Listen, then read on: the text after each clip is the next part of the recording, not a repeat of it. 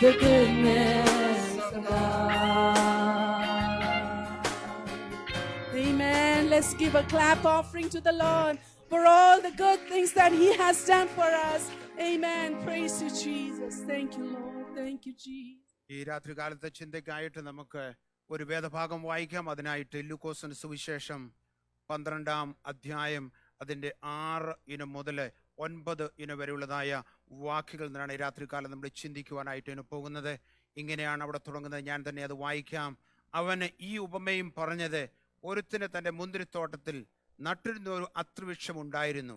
അവൻ അതിൽ ഫലം തിരഞ്ഞു വന്നു, കണ്ടില്ല താനും. അവൻ തോട്ടക്കാരനോട്, ഞാൻ ഇപ്പോൾ 3 സംവത്സരമായി ഈ അത്തിയിൽ ഫലം തിരഞ്ഞു വന്നു, കാണുന്നില്ല താനും. അതിനെ വെട്ടിക്കളക, അത് നിലത്ത് നിഷ്ഫലമാക്കുന്നത് എന്തിന് എന്ന് പറഞ്ഞു. അതിന് അവൻ, കർത്താവേ, ഞാൻ അതിനെ ചുറ്റും കിളച്ച് വളം ഇടുവോളം ഈ ആണ്ടുകൂടെ നിൽക്കട്ടെ, മേലാൽ കായ്ച്ചില്ലെങ്കിലോ വെട്ടിക്കളയാം എന്ന് ഉത്തരം പറഞ്ഞു. And he also spoke this parable. A certain man had a fig tree planted in his vineyard, and he came seeking fruit on it and found none. Then he said to the keeper of his vineyard, look, for 3 years I have come seeking fruit on this fig tree and find none. Cut it down. Why does it use up the ground? But he answered and said unto him, sir, let it alone this year also, until I dig it around and fertilize it. And if it bears fruit, well, but if not, after that you can cut it down. ഇവിടെ നമ്മൾ പഠിക്കുമ്പോൾ നമുക്ക് കാണുവാനായിട്ട് സാധിക്കുന്നത് അത്തി വൃക്ഷത്തെ കുറിച്ചാണ് ഇവിടെ പ്രതിപാദിക്കുന്നത്. എന്നാൽ ആ അത്തിവൃക്ഷത്തിൽ നിന്ന് ഫലം പ്രതീക്ഷിക്കുന്നു, എന്നാൽ ഫലം ലഭിച്ചില്ല എന്ന് കാണുവാൻ സാധിക്കുന്നുണ്ട്. In this scripture portions we see that it is spoken about a fig tree that where the master is expecting something but it doesn't produce what is expected of. ആ തോട്ടത്തിന്റെ ഓണറിന് ഈ ഫിഗ് ട്രീ അല്ലെങ്കിൽ ഈ അത്തിവൃക്ഷം ഫലം പ്രതീക്ഷിക്കുന്നു, എന്നാൽ കിട്ടാത്തത് കൊണ്ട് തോട്ടക്കാരനോട് സംസാരിക്കുകയാണ്, ഫലം തരുന്നില്ലല്ലോ, അതുകൊണ്ട് നമുക്ക് അതിനെ വെട്ടിക്കളയാൻ കാര്യം, ഈ സ്ഥലം നിഷ്ഫലമാക്കുകയാണ് ഈ tree. The conversation over here is between the planter and the owner of the land, saying this has not bear fruit, therefore it's just occupying space. Why keep it? Let's cut it down. എന്നാൽ തോട്ടക്കാരൻ പറയാണ്, ഒരവസരം കൂടെ കൊടുക്കാമെന്ന് പറയുന്നതായ തോട്ടക്കാരനെയാണ് നമുക്കിവിടെ കാണുവാൻ സാധിക്കുന്നത്. But over here we see that the gardener who says, Lord, no, Master, no, give it one more time, one more chance. നമ്മള് മുന്തിരിവള്ളിയും അത്തിയെ കുറിച്ച് ഒത്തിരി വേദഭാഗങ്ങള് നമ്മൾ പഴയ നിയമത്തിലും പുതിയ നിയമത്തിലും നമുക്ക് പഠിക്കുവാനായിട്ട് സാധിക്കുന്നുണ്ട്. In the Old Testament we study about many things, about the vineyard, about the wine, and about the fig.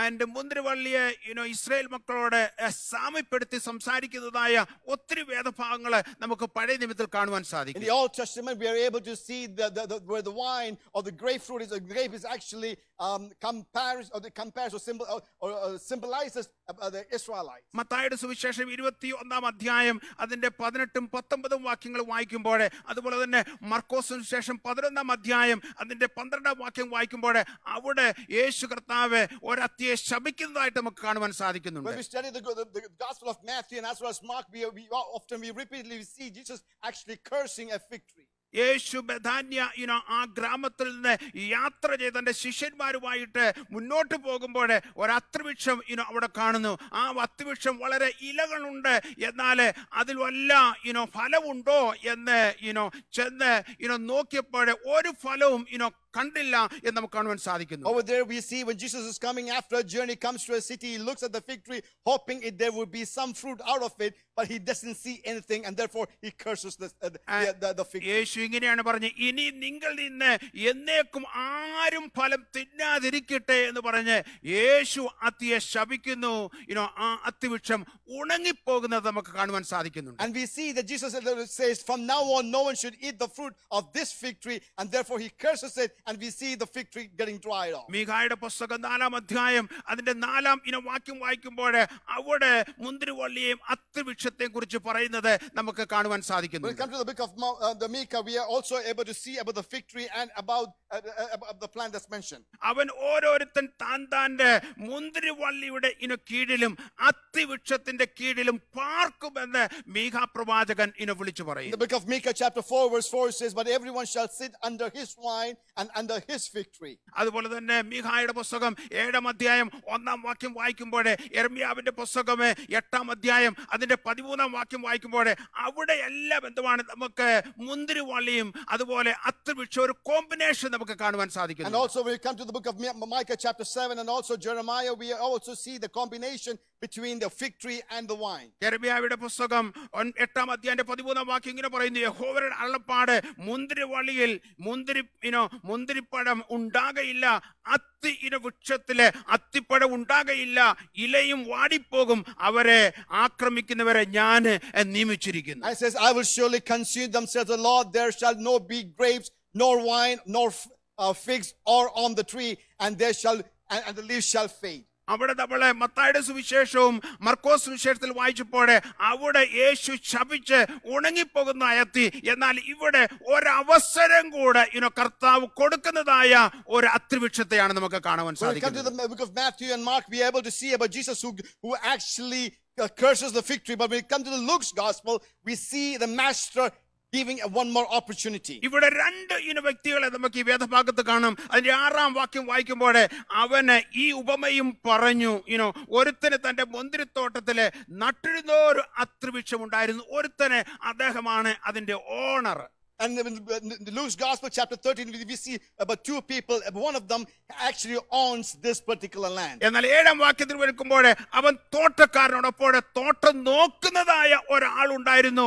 തോട്ടത്തിന്റെ ഉടമയെ നമുക്കിവിടെ കാണുവാനായിട്ട് സാധിക്കുന്നുണ്ട്. And also when we come to the verse 7, we also see along with the man who owns this land, there's also the keeper of this particular land. എന്നാൽ ഈ വേദഭാഗം നമ്മൾ വായിക്കുമ്പോൾ അതിന്റെ 5-ാം വാക്യം വായിക്കുമ്പോൾ നമുക്ക് മനസ്സിലാകുള്ളൂ എന്തുകൊണ്ടാണ് കർത്താവ് ഈ പറഞ്ഞത് എന്ന്. അവിടെ എഴുതിയിരിക്കുന്നു, അല്ലല്ല, മാനസാന്തരപ്പെടാഞ്ഞാല് നിങ്ങൾ എല്ലാവരും അങ്ങനെ തന്നെ നശിച്ചു പോകുമെന്ന് ഞാൻ നിങ്ങളോട് പറയുന്നു.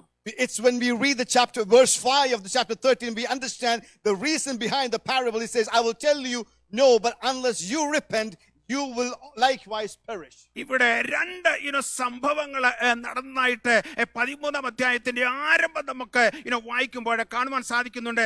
ആ 2 സംഭവങ്ങൾക്ക് ശേഷമാണ് യേശു കർത്താവ് ഈ ഉപമ കൊണ്ടുവന്ന് സംസാരിക്കുന്നത്. And in Luke's Gospel chapter 13, in the beginning, we see 2 different incidents, and after this incident that's mentioned, Jesus speaks about this parable. അവിടെ അതിന്റെ 13-ാം അധ്യായത്തിന്റെ 1-ാം വാക്യങ്ങൾ വായിക്കുമ്പോൾ അവിടെ ചിലർ പീലാത്തോസ് ചില ഗലീലക്കാരുടെ ചോര അവിടെ യാഗങ്ങളോട് കലർത്തിയ വർത്തമാനം അവരോട് അറിയിച്ചു. അതിന് അവൻ ഉത്തരം പറഞ്ഞത്, ആ ഗലീലക്കാർ ഇത് അനുഭവിക്കാല് എല്ലാ ഗലീലക്കാരും പാപികള് ആയിരുന്നുവെന്ന് നിങ്ങൾക്ക് തോന്നുന്നുവോ? And chapter 13 verse 1 says, there were present at that season some who told him about the Galileans whose blood Pilate had mingled with sacrifice. And Jesus answered and said unto them, do you suppose that these Galileans were worse sinners than all other Galileans? ഇവരെ യാഗം അർപ്പിക്കുവാനായിട്ട് കടന്നുപോയവരാണ്. These are the people who went to offer sacrifice. എന്നാൽ അവിടെ blood shed ഉണ്ടായി. അവരെ ചിലരുടെ രക്തം ഒലിച്ചു പോകുവാനായിട്ട് ഇടയായിത്തീർന്നു, രക്തം പോകുവാനായിട്ട് ഇടയായിത്തീർന്നു. അപ്പോഴേ അവർക്കിത് സംഭവിച്ചത് എന്തുകൊണ്ടാണ് എന്ന് യേശു പറയാണ്. എന്നാൽ യേശുവോട് പറയുമ്പോൾ നമ്മൾ ചിന്തിക്കുന്നതിൽ വ്യത്യസ്തമായി യേശു അവിടെ ചിന്തിക്കുകയും പറയുകയും ചെയ്ത് നമുക്ക് കാണാൻ സാധിക്കുന്നു. And when we read this incident, we understand there is a catastrophe that's happened over there. There was a bloodshed doing sacrifices, and when we read this chapter, we get a different image of what other than what Jesus is mentioning over there. യേശു പറയാണ്, നിങ്ങൾ ചിലരെങ്കിലും ചിന്തിക്കും ഈ blood shed ഗലീലയിലെ അവിടെ ഉണ്ടായത് അവരുടെ പാപം കൊണ്ടായിരിക്കും, അല്ലെങ്കിൽ അവർ മാനസാന്തരപ്പെട്ടിട്ടില്ല അതുകൊണ്ടായിരിക്കുമെന്ന് നിങ്ങൾ ചിന്തിക്കുന്നുവോ എന്നിട്ടാണ് യേശു പറഞ്ഞത്. യേശു പറയാൻ, അല്ല, അതുകൊണ്ടല്ല, നിങ്ങൾ ചിന്തിക്കുന്നത് പോലെ ആയിരിക്കണമെന്നില്ല. അതുകൊണ്ടാണ് യേശു പറഞ്ഞത് അല്ല. എന്നിട്ട് പറയാണ്, മാനസാന്തരപ്പെടാഞ്ഞാൽ നിങ്ങൾ എല്ലാവരും അങ്ങനെ തന്നെ നശിച്ചു പോകും. And Jesus looks at that particular the people who's gathered over and said, it is not the way you think, and it's not because they were the worst sinners, but rather because they did not repent, and that's the reason why they perished. വീണ്ടും നമ്മള് മറ്റൊരു സംഭവം കൂടെ യേശു കർത്താവ് ഇവിടെ പറയുന്നുണ്ട്. ഇവിടെ ലൂക്കോസ് പറയാണ് അതിന്റെ 4-ാം വാക്യം അവിടെ ആദ്യം പറഞ്ഞു, അല്ലല്ല, മാനസാന്തരപ്പെടാഞ്ഞാൽ നിങ്ങൾ എല്ലാവരും അങ്ങനെ തന്നെ നശിച്ചു പോകും നിങ്ങളോട് പറയുന്നു. എന്നിട്ട് പറയാണ്, അല്ല, വേറെ സംഭവം, ശിലോഹോമിലെ ഗോപുരം വീണ് മരിച്ചുപോയ ആ 18 പേരെ യെരുശലേമിൽ പാർക്കുന്ന സകല മനുഷ്യരിലും കുറ്റക്കാരായിരുന്നു എന്ന് തോന്നുന്നുവോ? And verse 4, Jesus brings a second incident that happened during those days. He says, now think about those 18 whom had the tower of Sidon fell and killed them. Do you think that they were worse sinners than any other man who lived in Jerusalem at that particular time? ശിലോമിലെ ഗോപുരം വീണ് 18 പേര് മരണമടയാണ് അവിടെ. And the tower of Sidon fell down and killed 18 people. എന്നാൽ യേശു കർത്താവ് പറയാണ്, അവരെ കുറ്റക്കാരായിട്ട് അല്ലെങ്കിൽ അവരുടെ പാപം കൊണ്ടാണ് ഇത് സംഭവിച്ചതെന്ന് നിങ്ങൾ ചിലപ്പോഴേ ചിന്തിക്കുമായിരിക്കും. എന്നാൽ യേശു കർത്താവ് വീണ്ടും പറയാണ്, ആ സകല മനുഷ്യരും കുറ്റക്കാരായിരുന്നുവെന്ന് തോന്നുന്നുവോ? ഒരു ചോദ്യം യേശു കർത്താവ് ചോദിച്ചിട്ട് പറയാണ്, അല്ലല്ല. വീണ്ടും പറയാണ്, അല്ലല്ല, മാനസാന്തരപ്പെടാഞ്ഞാല് നിങ്ങൾ എല്ലാവരും അങ്ങനെ തന്നെ നശിച്ചു പോകുമെന്ന് നിങ്ങളോട് പറയുന്നു. And over there Jesus is asking, do you think they perish because they are worse sinners and because they have done something wrong? He goes, no, it is not because they were much worse sinners than anyone else, but it's very simple reason: they did not repent and therefore they perished. ഇവിടെ യേശു കർത്താവ് ഇവിടെ ഉറപ്പിക്കുന്നതായ ഒരു കാര്യം എന്ത് ചോദിച്ചു കഴിഞ്ഞാല്, blood പോയാലും പോയില്ലേലും ഗോപുരം വീണ് മരിച്ചവരുണ്ട്, മരിക്കാത്തവരുണ്ട്. എന്നാൽ നിങ്ങൾക്കെല്ലാവർക്കും ഒരു കാര്യം ആവശ്യമുണ്ട്, നിങ്ങൾ മാനസാന്തരപ്പെടണം. And over there what Jesus is saying in simple words, it doesn't matter if the blood is shed or the blood is not shed, the tower is fell, the tower is not fell, people died or people did not die. Unanimously, you need one thing, that is to repent. ഞാൻ വിശ്വസിക്കുന്നു 2023 നമ്മളെ വിട്ടു പോകുവാനായിട്ട് പോകുകയാണ്. എന്നാൽ കർത്താവ് ഏത് കാലത്തും കർത്താവ് ആഗ്രഹിക്കുന്ന ഒരു കാര്യം എന്താണ്? മനുഷ്യന് മാനസാന്തരം ഉണ്ടാകണം. The time is running out and soon 2023 will be leaving us. But remember one thing, the one thing that God loves and desires and wants for humanity in all time is that people, the human race, will repent. ഈ 2023 അനേക opportunities, അനേക അവസരങ്ങള് മാനസാന്തരപ്പെടുവാനായിട്ട് കർത്താവ് അവസരം തന്നിട്ടുണ്ടായിരിക്കാം. എന്നാൽ അവസരം ഉപയോഗിച്ചില്ല എങ്കിൽ ഇന്ന് രാത്രികാലം ഹല്ലേലൂയ ഒരു മാനസാന്തരത്തിലേക്ക് വരുവാൻ കർത്താവ് എന്നെ കുറിച്ചും നിങ്ങളെ കുറിച്ചും ആഗ്രഹിക്കുന്നു. Amen. 2023 you might have received many opportunities, you might have not received, you might have received an opportunity to repent, but before the year ends, here is another opportunity for you to repent and come back to the presence of God. പാപികളായി ജീവിക്കുന്നവർക്കും മാനസാന്തരം വേണം. ഇനി കർത്താവിനെ അറിഞ്ഞ് യേശുവിനെ രക്ഷിതാവായി സ്വീകരിച്ചവർക്കും മാനസാന്തരം വേണം. Every sinner who does not know Jesus needs to repent. At this very time, the one who accepted Jesus as the personal savior, you also need to have repent in your daily life. എല്ലാവർക്കും ഒരു മാനസാന്തരം വേണമെന്ന് ഇവിടെ സ്ഥാപിക്കുവാൻ വേണ്ടി യേശു പിന്നീട് ഈ ഉപമ അങ്ങോട്ട് കൊണ്ടുവരികയാണ്. യേശു പറയാണ്, അവന് ഈ ഉപമയും പറഞ്ഞത് ഒരുത്തിന് തന്റെ മുന്തിരിത്തോട്ടത്തിൽ നട്ടിരുന്ന ഒരു അത്തിവൃക്ഷം ഉണ്ടായിരുന്നു. And Jesus gives this example or this parable as an example to emphasize on the topic that every human race, everyone needs to repent. And he says, therefore there was a certain man who had a vineyard. ഈ അത്തിവൃക്ഷം നട്ടതാണ്. ഇതൊരിക്കലും എന്താണ് കിളിച്ചു വന്ന ഒന്നല്ല. This fig tree was planted, it just did not sprout up. ചില പറമ്പുകളിലൊക്കെ നമ്മൾ കണ്ടിട്ടുണ്ട്, നമ്മൾ നടേണ്ട ആവശ്യമില്ല. വാഴയുടെ ഇടയിലും അതുപോലെ തെങ്ങിന്റെ അടുത്തുമൊക്കെ എന്തുവാണ് മറ്റു ചില വൃക്ഷങ്ങളോ കാട്ടുമരങ്ങളൊക്കെ എന്തുവാണ് കിളിച്ച് വരാറുണ്ട്. അങ്ങനെ കിളിച്ചു വന്ന വൃക്ഷങ്ങളെ നമ്മൾ കണ്ടിട്ടുണ്ട്. We have seen in many fields, in open fields, plants that just sprouts up. Whether you plant it or you doesn't plant, it just automatically comes up. ഇവിടെ നമുക്ക് കാണുവാൻ സാധിക്കുന്നത് ഓണർ ആ തോട്ടക്കാരനെ കൊണ്ട് ഈ മുന്തിരിത്തോട്ടത്തിന്റെ നടുവിലെ തടമൊക്കെ എടുത്ത് വെള്ളമൊഴിച്ച് ഹല്ലേലൂയ നട്ടതായ ഒരു അത്തിവൃക്ഷമാണ്. And over here we see a fig tree that's been planted by the master, by the gardener. He planted it, he watered it, and he prepared the soil for ഈ it. സഭ ആ മുന്തിരിത്തോട്ടത്തിന്റെ മധ്യത്തില് എന്നെ നിന്റെയും നട്ടതായ ഈ Amen. കർത്താവിന് കരങ്ങളൊന്ന് മഹത്വം കൊടുത്താട്ടെ. Let's give praise unto hallelujah. God, the God who planted us in the vineyard of Jesus Christ. God. Hallelujah, hallelujah. എന്നെ നിന്നെ ബന്ധമാണ് ഒരു മുന്തിരിത്തോട്ടത്തിന്റെ നടുവിൽ നട്ടതുപോലെ എന്നെ നിന്നെ ബന്ധമാണ് കർത്താവ് ഈ പട്ടണത്തിലെ സഭയുടെ ഉള്ളിലെ Amen. നടുവാനായിട്ട് കർത്താവിന് ഇഷ്ടം തോന്നിയതിനായി Amen. ഇന്ന് രാത്രി കാലം നമുക്ക് നന്ദി പറയാം. Hallelujah. Praise God for the love of God that planted us wherever He desired, and He wants us to be planted. ഈ അത്രവിഷം ഇന്ന് രാത്രി കാലം ഇവിടെ കടന്നു വരികയാണെങ്കിൽ നമ്മൾ ഈ അത്രവിഷത്തിനോട് ഒരു സാക്ഷ്യം പറയുവാൻ പറഞ്ഞു കഴിഞ്ഞാൽ ഈ അത്രവിഷം തീർച്ചയായും എഴുന്നേറ്റ് നല്ലൊരു സാക്ഷ്യം പറയും. If you ask the fig tree to come up and say a testimony, perhaps it will give a wonderful testimony. ഞാൻ ഒരു നഴ്സറിയിലെ ഒരു ചട്ടിയിലെ വെയിലൊക്കെ അടിച്ച് ഇരുന്നതായ ഒരു അത്തി ആയിരുന്നു. എന്നാൽ എന്നെ അവിടുന്ന് ഒരാൾ വാങ്ങി ഒരു മുന്തിരിത്തോട്ടത്തിന്റെ നടുവിൽ കൊണ്ട് തടവെടുത്ത് നട്ടു എന്നുള്ളതായ സാക്ഷ്യം ആ വ്യക്തിവൃക്ഷം പറയും. Perhaps the fig tree will say, yes, I was supposed to be planted in a small pot somewhere in the outskirts, but rather someone took me, bought me, brought me and planted me in the vineyard. And ചുമ്മാതൊരു നഴ്സറിന്ന് കൊടുത്തതല്ല, അദ്ദേഹം വില കൊടുത്ത് ഈ അത്തി hallelujah വാങ്ങിച്ചതാണ് നഴ്സറിയിൽ നിന്ന്. Hallelujah, നമുക്ക് വേണ്ടി വില കൊടുത്തതായ നമ്മുടെ കർത്താവിന് ഈ രാത്രികാലം നമുക്ക് നന്ദി പറയാം. Hallelujah. Let's give thanks unto God, the God who purchased us and brought us into His vineyard. നമ്മൾ യെഹെസ്കേലിന്റെ പുസ്തകം 16-ാം അധ്യായം 4 മുതൽ ഉള്ള വാക്യങ്ങൾ വായിക്കുമ്പോൾ വാസ്തവത്തിൽ ഇസ്രായേൽ മക്കളുടെ ഒരു അവസ്ഥയെ കുറിച്ച് അവിടെ എഴുതിയിരിക്കുന്നത് നമുക്ക് കാണുവാൻ സാധിക്കുന്നു. When we come to the book of Ezekiel, we are able to see the condition of the Israelites. ഒന്ന് വായിക്കാം ആരെങ്കിലും യെഹെസ്കേലിന്റെ പുസ്തകം 16-ാം അധ്യായം അതിന്റെ 4 മുതൽ 6 വരെയുള്ള വാക്യങ്ങൾ. Book of Ezekiel chapter 16 verse 4 onwards. നിന്റെ ജനന വസ്തുതയോ, ജനിച്ച നാളിൽ നിന്റെ പൊക്കിൾ മുറിച്ചില്ല, നിന്നെ വെള്ളത്തിൽ കുളിപ്പിച്ച് വെളുപ്പാക്കിയതില്ല, ഉപ്പ് തേച്ചില്ല, തുണി ചുറ്റിയതുമില്ല. നിന്നോട് മനസ്സലിവ് തോന്നിയിട്ട് ഇവയിൽ ഒന്നെങ്കിലും നിനക്ക് ചെയ്തു തരുവാൻ ഒരു കണ്ണിനും നിന്നോട് കനിവുണ്ടായില്ല. നീ ജനിച്ച നാളിൽ തന്നെ അവർക്ക് നിന്നോട് വെറുപ്പ് തോന്നിയത് കൊണ്ട് നിന്നെ വെളിംപ്രദേശത്ത് ഇട്ടുകളഞ്ഞു.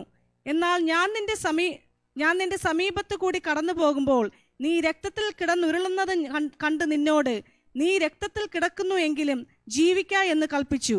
അതെ, നീ രക്തത്തിൽ കിടക്കുന്നു എങ്കിലും ജീവിക്ക എന്ന് ഞാൻ നിന്നോട് കൽപ്പിച്ചു. വയലിലെ സസ്യം പോലെ ഞാൻ നിന്നെ പെരുകുമാറാക്കി. നീ വളർന്നു വലിയവളായി അതിസൗന്ദര്യം പ്രാപിച്ചു. നിനക്ക് ഉന്നത സ്ഥാനവും ദീർഘകോശവും ഉണ്ടായി. എങ്കിലും നീ നഗ്നയും അനാവൃതയുമായിരുന്നു. മതി. നമ്മൾ ഈ വേദഭാഗം വായിക്കുമ്പോൾ നമുക്ക് കാണുവാൻ സാധിക്കുന്നത് ഇസ്രായേൽ മക്കളുടെ ഒരു ചരിത്രമാണ്. And when you read the scripture portions, we understand it's symbolizing, it is talking about the Israelites. ആരോ പ്രസവിച്ച് വഴിയിൽ ഉപേക്ഷിക്കപ്പെട്ടതായ ഒരു കൊച്ച് പിഞ്ച് കുഞ്ഞിനോട് ഉപമിച്ച് ഇസ്രായേൽ മക്കളെ ഇവിടെ പറയുകയാണ്. Over here the Israelites is compared to a little infant that's been born and given birth but abandoned on the streets. ഉപേക്ഷിക്കപ്പെട്ട ഈ കുഞ്ഞിനോട് ആർക്കും ഒരു കരുണ തോന്നാതെ ഇരുന്നപ്പോൾ കരുണ തോന്നിയതായ വലിയവനായ ആ കർത്താവിന്റെ സ്നേഹത്തെ നമുക്കിവിടെ കാണുവാൻ സാധിക്കുന്നു. And when nobody wanted this child, was abandoned on the streets, we see someone who felt compassion and loved this little child. നിന്നെ വെളിംപ്രദേശത്ത് ഇട്ടുകളഞ്ഞു. And you were forsaken in open fields. നിന്നെ കുളിപ്പിച്ചില്ല. And you were not രക്തത്തിൽ എന്തുവാണ് നീ കിടക്കയായിരുന്നു. and you were wrapped up in blood. ഒരു വസ്ത്രം നിന്നെ ധരിപ്പിച്ചില്ല. You were naked. എന്നാൽ അവിടുന്ന് അവരെ എടുത്ത് വസ്ത്രം ധരിപ്പിച്ച് കുളിപ്പിച്ച് ഹല്ലേലൂയ വളർത്തിയെടുക്കുന്നതായ ഒരു അനുഭവമാണ് ഇസ്രായേൽ മക്കളെ കുറിച്ച് ഇവിടെ പറയുന്നത്. And over there we see he speaks about that the infant being taken, been cleansed, been wrapped and been matured and brought up, and it talks about Israelites. ആർക്കും കരുണ തോന്നാതിരുന്നപ്പോൾ എന്നോടും നിന്നോടും കരുണ തോന്നി നമ്മുടെ കർത്താവിന് കരങ്ങളുയർത്തി മഹത്വം കൊടുത്താട്. Hallelujah. Oh, let's give praise unto God for the compassion, for His love that He's given on our lives when nobody wanted us. God felt compassion on us. ഒരു നഴ്സറിയിൽ നിന്ന് ചട്ടിയിലിരുന്നായ ഒരത്തിയെ വില കൊടുത്ത് വാങ്ങിച്ചതുപോലെ തന്നെ ഇവിടെ കാണുന്നത് ഹല്ലേലൂയ ഉപേക്ഷിക്കപ്പെട്ടതായ ഒരു കുഞ്ഞിനെ എടുത്ത് കുളിപ്പിച്ച് വസ്ത്രം ധരിപ്പിച്ച് വളർത്തിയെടുക്കുന്നതായ അനുഭവം നമ്മളിവിടെ കാണുന്നു. Oh, we see in the example the way it's emphasized, when it was forsaken, nobody wanted, it was brought in, it was purchased, cleansed and planted in. And ഇവിടെ നമ്മൾ വായിക്കുമ്പോൾ നമ്മൾ വീണ്ടും നമുക്ക് ഈ ലൂക്കോസ് സുവിശേഷം 13-ാം അധ്യായത്തിലേക്ക് കടന്നു വരുമ്പോൾ അവിടെ പറയാണ്, അവൻ തോട്ടക്കാരനോട് ഞാനിപ്പോൾ 3 സംവത്സരമായി അത്തിയിലെ ഫലം തിരഞ്ഞു വന്നു. When we come to Luke's Gospel chapter 13, we see and the master says, I have waited for 3 years repeatedly after and after I have waited for the fruit to ഈ come. അത്തിവൃക്ഷത്തെ കുറിച്ച് ലേവ്യ പുസ്തകം നമ്മളെ പഠിപ്പിക്കുന്നുണ്ട്. ലേവ്യ പുസ്തകം 19 അധ്യായം അതിന്റെ 23 24 വാക്യം വായിക്കുമ്പോൾ യഹൂദന്മാർക്ക് കൊടുത്തതായ നിയമം അവിടെ കാണുവാൻ സാധിക്കുന്നുണ്ട് അത്തിവൃക്ഷത്തെ കുറിച്ച്. We come to the book of Leviticus chapter 19 verse 22 and 23. We see about the principles that's given to Israelites regarding the fig tree. ഒരു അത്തിയെ നട്ടു കഴിയുമ്പോൾ ആദ്യത്തെ ഒന്ന് വായിച്ചെങ്കിൽ അത് മനസ്സിലാവുകയുള്ളൂ. ഒന്ന് വായിച്ചാട്ടെ 19 23 24. നിങ്ങൾ ദേശത്തെത്തി ഭക്ഷണത്തിന് ഉതകുന്ന സകലവിധ വൃക്ഷങ്ങളും നട്ടശേഷം നിങ്ങൾക്ക് അവയുടെ ഫലം പരിച്ഛേദന കഴിയാത്തതുപോലെ ആയിരിക്കണം. അത് 3 സംവത്സരത്തേക്ക് പരിച്ഛേദന ഇല്ലാത്തതുപോലെ ഇരിക്കണം. അത് തിന്നരുത്. 4-ാം സംവത്സരത്തിൽ അതിന്റെ ഫലമെല്ലാം യഹോവയുടെ സ്തോത്രത്തിനായിട്ട് ശുദ്ധമായിരിക്കണം. 5-ാം സംവത്സരത്തിലോ നിങ്ങൾക്ക് അതിന്റെ ഫലം തിന്നാം. അങ്ങനെ അതിന്റെ അനുഭവം നിങ്ങൾക്ക് വർദ്ധിച്ചു വരും. അവിടെ കാണുവാൻ സാധിക്കുന്നത് ഒരു നിയമം അവിടെ എഴുതി വെച്ചിരിക്കുന്നത് ഇങ്ങനെയാണ്. ആദ്യത്തെ 3 വർഷം എന്തുവാണ്? അതിനെ തൊടുവാനൊക്കത്തില്ല, അത്തിവൃക്ഷത്തിന്റെ ഫലത്തെ അതിനെ തിന്നുവാനായിട്ട് ഒക്കത്തില്ല.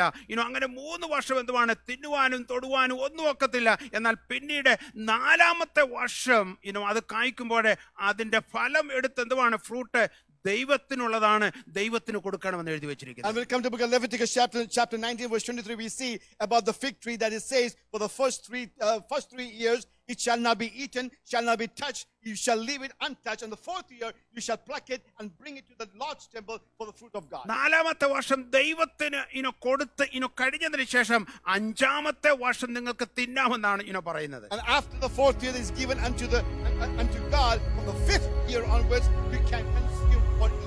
ഇവിടെ നമ്മൾ കാണുന്നതായ അത്തിമരത്തെ കുറിച്ച് പഠിക്കുമ്പോൾ 7-ാം വാക്യത്തിൽ ഞാനിപ്പോൾ 3 സംവത്സരമായി ഈ അത്തിയില് ഫലം തിരഞ്ഞു വന്നു. And it says, the master said, last 3 years I have come here looking for fruits, but I have not found. ഇവിടെ നമുക്ക് കാണുവാൻ സാധിക്കുന്നത് God is a God of expectation and പ്രതീക്ഷിക്കുന്നതായ ഒരു ദൈവത്തെയാണ് നമുക്ക് കാണുവാൻ Over here സാധിക്കുന്നത്. we see a God who has expectations about something. നമ്മൾ ദൈവത്തിൽ നിന്ന് പലതും പ്രതീക്ഷിക്കാറുണ്ട്. Many times we have great expectations from God. നമ്മൾ ദൈവത്തിൽ നിന്ന് പ്രതീക്ഷിക്കുന്നത് പോലെ തന്നെ ദൈവം നമ്മളിൽ നിന്ന് എന്തുവാണ് ചിലതൊക്കെ പ്രതീക്ഷിക്കുന്നു എന്നുള്ളത് ഒരു വലിയ യാഥാർത്ഥ്യം. Child of God, it is one thing that you need to understand. Just the way you and I expect things from God, God also expects things from you.